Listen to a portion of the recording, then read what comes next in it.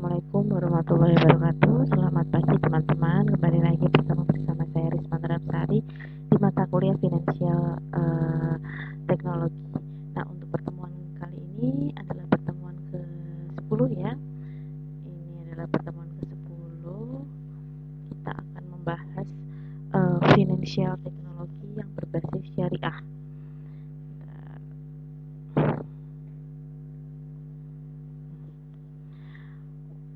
Oke. Untuk subtema pembahasan pada hari ini, kita akan membahas mengenai Financial Teknologi Syariah, sejarah Financial Teknologi Syariah, terus lalu ada fatwa Dewan Syariah Nasional, lalu ada layanan pembiayaan berbasis teknologi informasi berdasarkan dengan prinsip syariah. Jadi kemarin kalau kita tinjau Financial Teknologi itu ada yang Financial Teknologi berbasis konvensional dan non yang berbasis syariah. Nah, kalau di pertemuan kemarin itu kita sudah membahas yang namanya berbasis konvensional. Sekarang kita akan membahas yang namanya berbasis syariah. Nah, di sini ada tujuan, ada juga nanti kita akan membahas mengenai tujuan fatwa Dewan Syariah Nasional, lalu prosedur pada pembiayaan atau pinjam meminjam sesuai dengan akad syariah, lalu apa sih kendala Financial Teknologi Syariah pada peningkatan UMKM. Nah, kalau kita membahas masalah peningkatan UMKM itu memang tidak lepas ya teman-teman dari yang namanya Financial Teknologi. Oke, yang pertama kita akan membahas tadi di sub kita mata yang pertama yaitu fintech syariah. Saat ini hubungan teknologi yang berkaitan erat dengan keberadaan internet itu sebagai akses utama. Perlu kita ketahui bahwa adanya financial teknologi ini menjadi salah satu bahan pendorong adanya suatu gerakan guna membantu peningkatan kegiatan pada UMKM, khususnya pada masyarakat menengah ke bawah. Nah, perkembangan teknologi digital termasuk di dalamnya industri keuangan syariah sudah tidak bisa dibendung lagi ya teman-teman. Saat ini sekarang kalau kita lihat itu memang sudah banyak sekali jenis lembaga keuangan yang memang basicnya yang syariah, basicnya adalah basic syariah. Lalu melalui teknologi finansial atau fintech, segala bentuk transaksi menjadi lebih cepat, mudah, dan sekaligus lebih efisien tanpa perlu melakukan tatap muka. Jadi kita garis bawahi ya teman-teman, dari financial teknologi ini untuk apa sih? Untuk yang pertama adalah transaksi kita tuh agar lebih cepat, lebih mudah, lalu lebih efektif dan lebih efisien tanpa kita harus bertatap muka. Lalu di sini ada kemunculan vintage. Nah, kemunculan vintage ini itu tidak akan dilepaskan dari inovasi yang berkembang untuk membiayai konsep finansial diperlukan startup. Ya, ini tadi adanya perkembangan untuk membiayai konsep finansial tadi diperlukan adanya startup. Nah, startup itu apa? Startup itu adalah wirausaha yang baru berdiri, baru merintis. Nah, untuk membangun bisnisnya. Secara perlahan, perkembangan teknologi itu cukup pesat dan dapat merubah industri keuangan di era digital ke era digitalisasi. Nah, saat ini tren yang sedang berkembang dan menjadi pembicaraan pada masyarakat Indonesia itu adalah financial teknologi yang dia memiliki basic syariah atau kita sebut dengan fintech syariah. Nah, ini mulai dilirik ya teman-teman, mulai dilirik dan dikembangkan di masyarakat Indonesia. Nah, salah satunya adalah upaya untuk media pendanaan dan pembiayaan berbasis syariah dan teknologi. Sehingga dengan munculnya financial teknologi syariah ini itu nanti akan diharapkan dapat meningkatkan kemaslahatan masyarakat agar apa? Agar lebih efektif, kembali lagi lebih efektif, lebih efisien. Nah, hal ini dapat dilakukan dengan cara mengembangkan fintech syariah untuk mempermudah layanan ekonomi bagi masyarakat.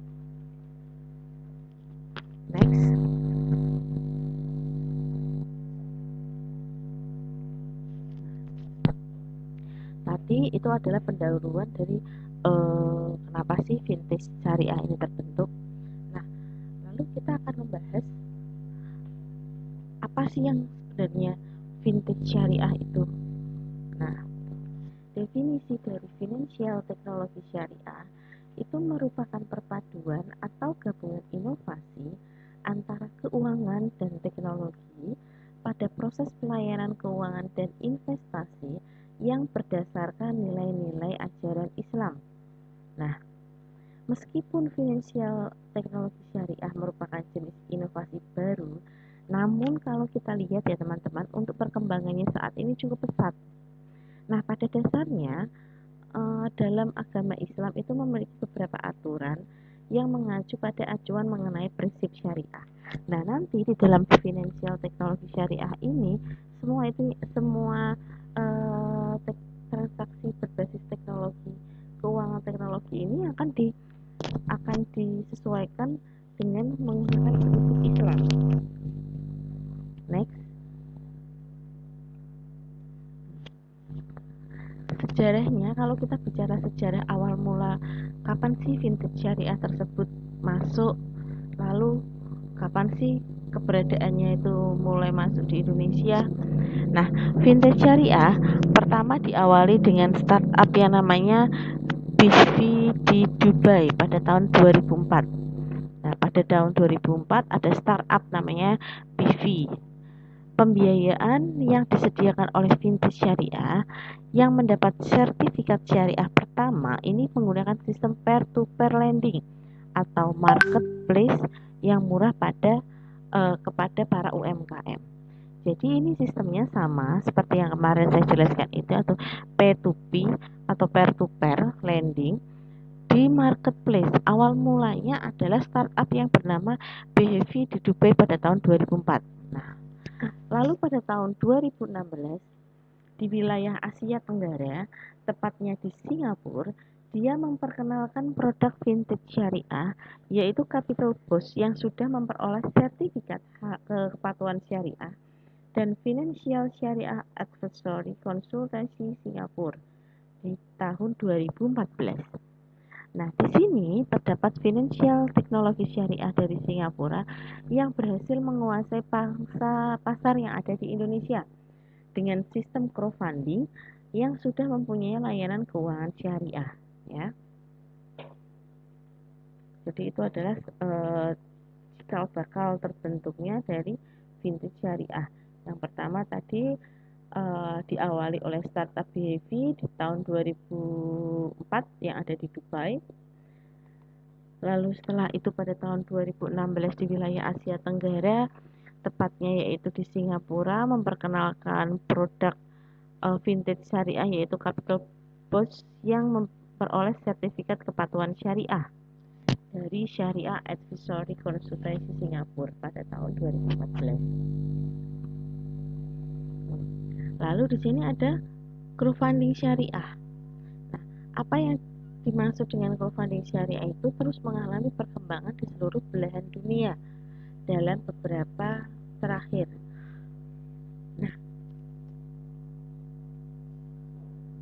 Nah, vintage syariah sendiri yang saat ini sudah berdiri di Indonesia itu diantaranya adalah Invest, Syarki, Start Zakat, Paytrend dan lain-lain.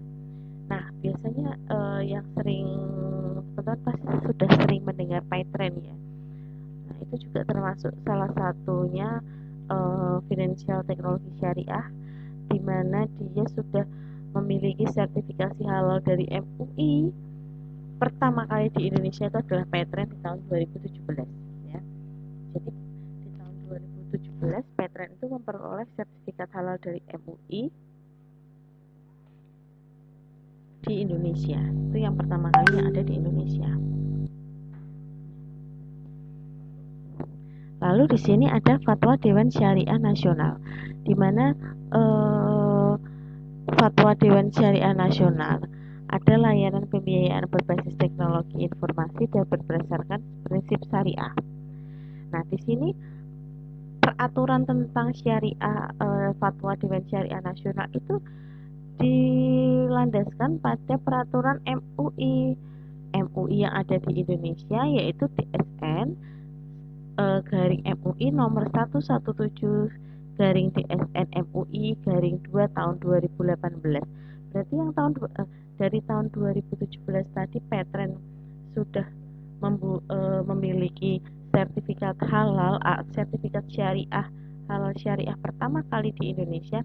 Lalu pada tahun 2018 MUI membuat nih Fatwa Dewan Syariah Nasional mengenai teknologi informasi berbasis prinsip syariah.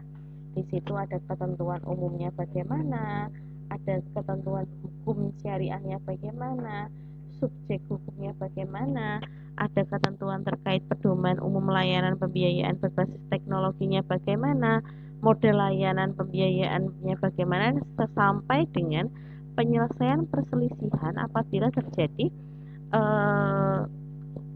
apabila terjadi crash atau fraud pada vintage syariah tersebut. Nah, ini tujuan Fatwa Dewan Syariah Indonesia. Nah, tujuannya itu untuk apa? Tujuannya agar para masyarakat itu dapat memahami ketentuan dan aturan hukum yang dijadikan sebagai landasan kesyariahan dari berbagai bentuk yang dikeluarkan oleh para pembisnis startup yang ada di Indonesia. Ya, itu adalah tujuan umum dari DSN, Dewan Syariah Nasional. Ya. Nah,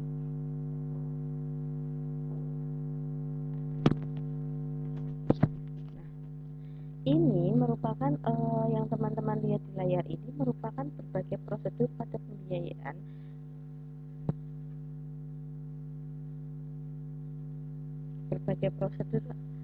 pada pembiayaan atau pinjam meminjam yang sesuai dengan akad syariah. Kalau kita berbicara mengenai akad syariah, tentunya berbeda dengan financial teknologi yang kemarin kita bahas menggunakan sistem konvensional. Nah, kalau kita membahas mengenai sistem syariah, berarti yang pertama adalah pada website yang tersedia, peminjam melakukan pengajuan peminjaman. Ini ya prosedurnya. Yang kedua, berkas identitas peminjam itu akan dikirim melalui website. Lalu, mengirim dokumen yang dibutuhkan sesuai dengan kebutuhan pembiayaan. Nah, tujuannya untuk apa? Tujuan dikirimnya dari dokumen tersebut antara lain untuk mendukung tujuan para penyelenggara layanan dalam membantu pendanaan para pengusaha bisnis UMKM. Ini ya. Yang terakhir, ada prosedur yang terakhir adalah analisis kelayakan pemberian pinjaman oleh penyelenggara layanan kepada para peminjam dari segi waktu dan kemampuan yang dimiliki peminjam dalam pengembalian. Jadi untuk vintage syariah ini memang benar-benar sudah diatur ya teman-teman untuk proses pada pembiayaan pinjam meminjamnya itu sesuai dengan akad syariah.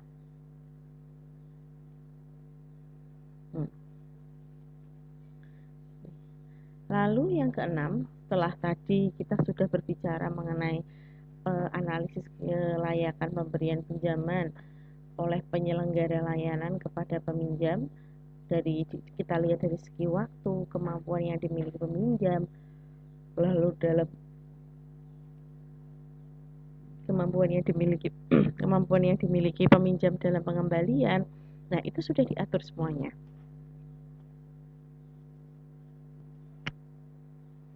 Ya. Nah, lalu selanjutnya di sini adalah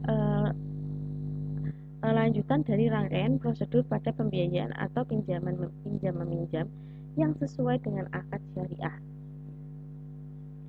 Pinjaman dicairkan melalui rekening virtual penerima pinjaman pada bank yang sudah ditunjuk dan bekerja sama dengan penyelenggara layanan. Lalu setelah mengeluarkan hasil tadi ya, nomor 6 tadi, setelah mengeluarkan hasil analisa, penyelenggara memberi informasi kepada pemberi pinjaman bahwa terdapat pihak yang mengajukan pinjaman yang layak diberikan pinjaman serta siap melakukan akad pinjam meminjam. Nanti yang keenam ya. Terus yang ketujuh dia akan melanjutkan. Kalau sudah oke, sudah deal, berarti dia akan melanjutkan ke akad pembiayaan. Nah, akad pembiayaan ini dilakukan antara penerima pinjaman dan pemberi pinjaman dengan skema Al-Qadar, dan dilanjutkan dengan akad wakalah bil ujroh atau dilakukan secara online melalui website penyelenggara layanan. Jadi akadnya itu nanti dilakukan secara online. Kalau di Indonesia itu kan sudah muncul banyak sekali ya bank-bank yang bentuknya adalah syariah. Nah, ini adalah financial technology yang mana dia berbasisnya adalah syariah. Lalu yang ke-8 akan dilanjutkan dengan penerimaan pinjaman. Penerima pinjaman itu akan memberikan jaminan berupa tagihan serta giro sesuai tanggal jatuh tempo pinjaman. Nah, untuk pinjaman perorangan itu dapat pemberi pinjaman dapat meminta jaminan lain sesuai kesepakatan para pihak. Ini teman-teman ya. Jadi di sini ini berbeda dengan akad yang ada di konvensional financial teknologi peer-to-peer model konvensional. Di sini kalau di model syariah, penerima pinjaman itu harus memberikan jaminan berupa tagihan serta giro sesuai tanggal jatuh tempo pinjaman. Nah, untuk pinjaman perorangan, dia dapat memberikan pinjaman pemberi pinjaman dapat meminta jaminan lain sesuai dengan kesepakatan kedua belah pihak. Nah, jadi kalau di financial teknologi yang berbasis syariah, memang untuk kesepakatan memberikan jaminan itu akan ditentukan di awal sesuai dengan kesepakatan kedua belah pihak. Ya.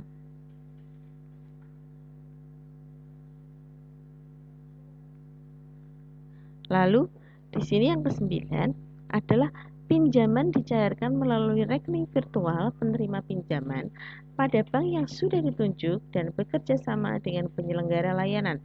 Jadi kalau sudah deal semuanya kesepakatannya sudah oke, berarti apa? Berarti tinggal pencairan pinjaman. Pencairan pinjaman tersebut akan dicairkan ke rekening virtual penerima pinjaman pada bank yang sudah ditunjuk. Nah, ini adalah beberapa rangkaian dari proses dari financial teknologi berbasis syariah ya.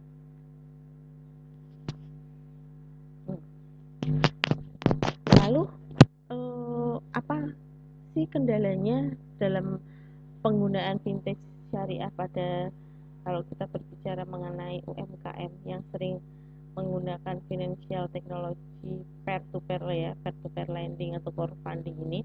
Nah, kendalanya itu bisa menyebabkan keterlambatannya kemajuan bangsa. Nah, kenapa kok bisa memperlambat kemajuan bangsa? Nah, hari ini kita bisa menganalisa bahwa masyarakat itu sendiri masih berada di culture lag, yaitu masyarakat yang ketertinggalan zaman dan tidak mau merubah, bahkan tidak mau membuka budaya baru yang dianggapnya sebagai budaya asing dan merusak budaya bangsa. Nah, budaya baru itu tadi ya, budaya baru ini bisa kita artikan sebagai masuknya financial teknologi berbasis syariah yang bisa dianggap sebagai budaya asing. Ya, dan itu dapat merusak pemikirannya dan dapat merusak budaya bangsa.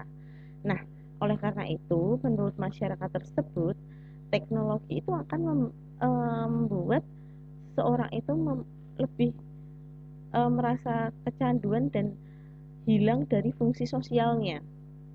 Nah, hal tersebut itu akan menyebabkan tidak adanya interaksi sosial antara manusia satu dengan manusia yang lainnya.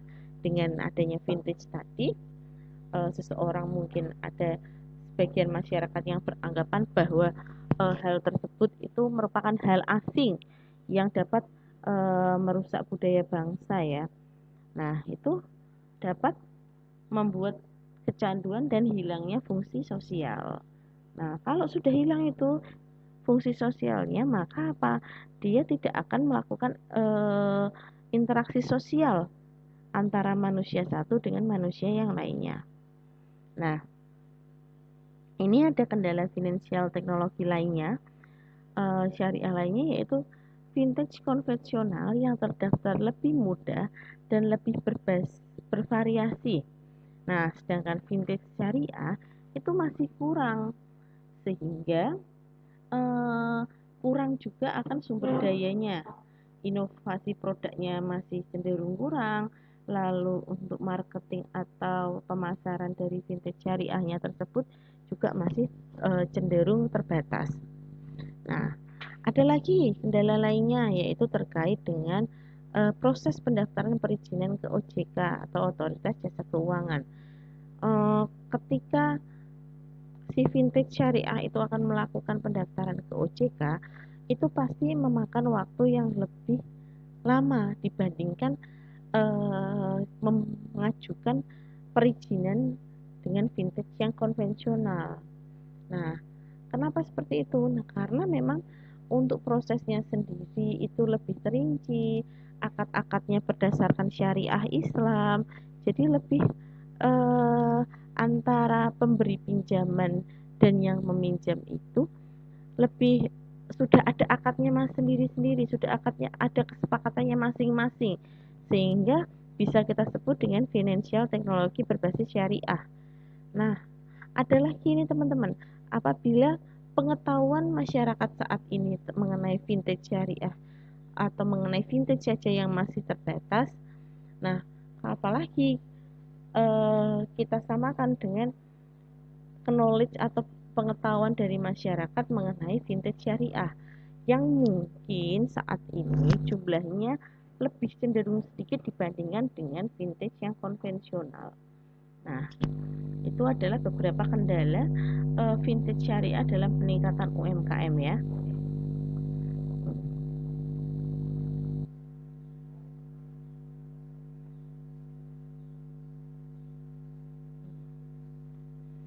Tadi kita sudah membahas mengenai dari awal eh, bagaimana finansial teknologi syariah itu masuk, terus mula kemunculannya itu bagaimana.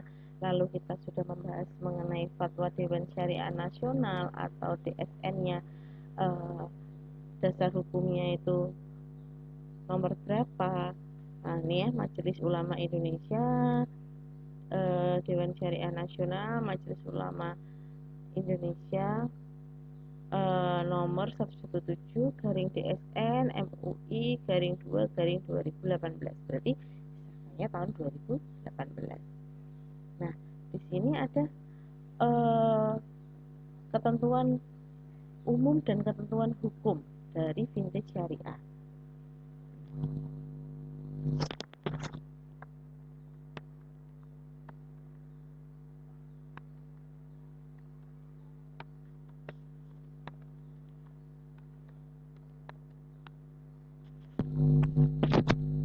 Ini yang namanya ketentuan,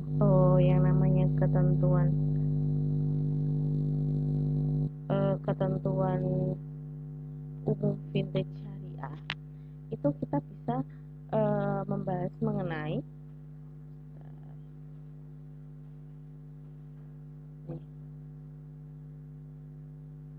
nih ya.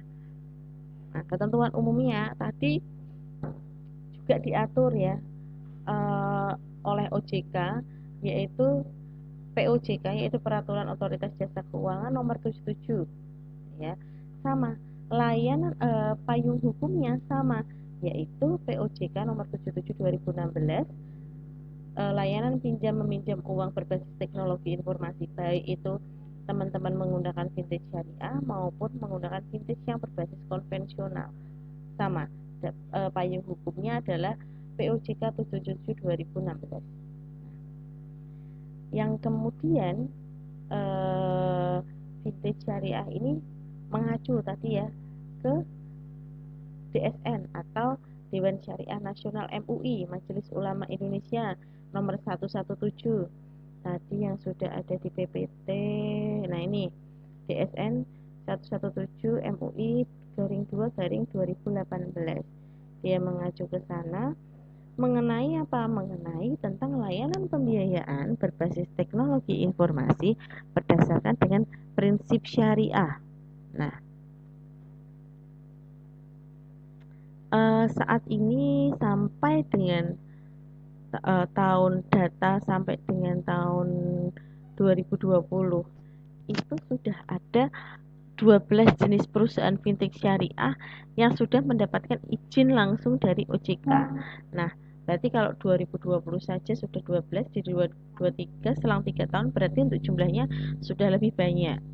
Tapi juga banyak pula vintage-vintage konvensional yang sekarang memang bermunculan dan sangat memberikan memberikan bantuan atau membantu ya untuk kaum milenial sekarang, UMKM atau pembisnis muda sekarang lebih banyak menggunakan financial technology ya. Kalau dulu itu di tahun 2020 itu salah satu beberapa beberapa vintage syariah yang sudah di, mempunyai izin dari OJK antara lain Dana Syariah. Biasanya ada Dana, lainnya ada Dana Syariah, ada Alami Syariah, terus ada Duha Madinah Syariah, ada Koswa, ada Maslahat Indonesia Mandiri, ada Berkah Vintage Syariah, lalu ada tadi Petren, terus ada Amanah Vintage Syariah. Itu adalah beberapa contoh vintage syariah yang sampai dengan tahun 2020 itu sudah mendapatkan izin resmi dari otoritas jasa keuangan. Nah, di sini saya akan menyinggung sedikit ya. Ini kalau sudah berbicara mengenai ketentuan umumnya, lalu kita akan memasuki ketentuan hukumnya. Ketentuan hukum dari financial teknologi syariah ini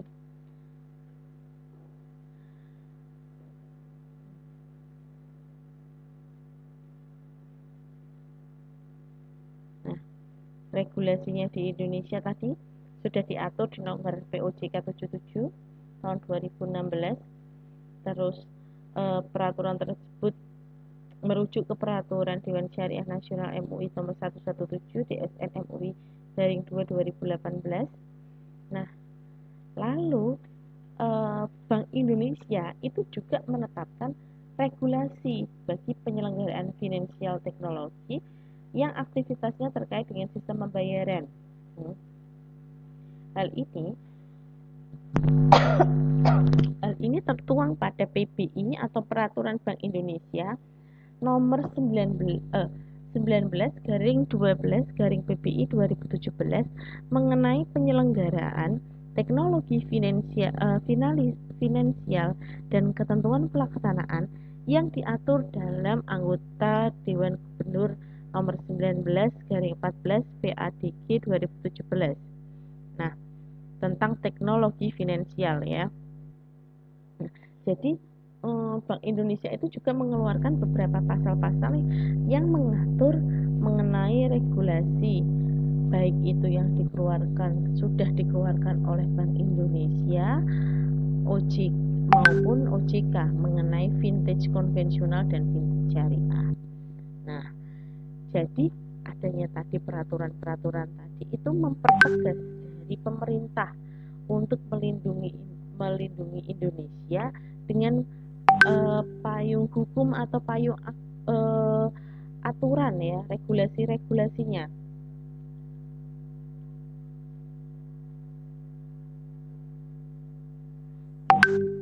Sehingga apa? Sehingga dengan adanya kebutuhan akan regulasi mengenai vintage syariah tadi, ini dapat terrealisasi dan selanjutnya dapat menselaraskan dalam berbagai bentuk finansial teknologi syariah ya, khususnya dalam memayungi industri UMKM yang ada di Indonesia. Nah, itu salah satunya mengapa sih regulasi ketentuan umum dan ketentuan hukum dari finansial teknologi syariah itu sendiri.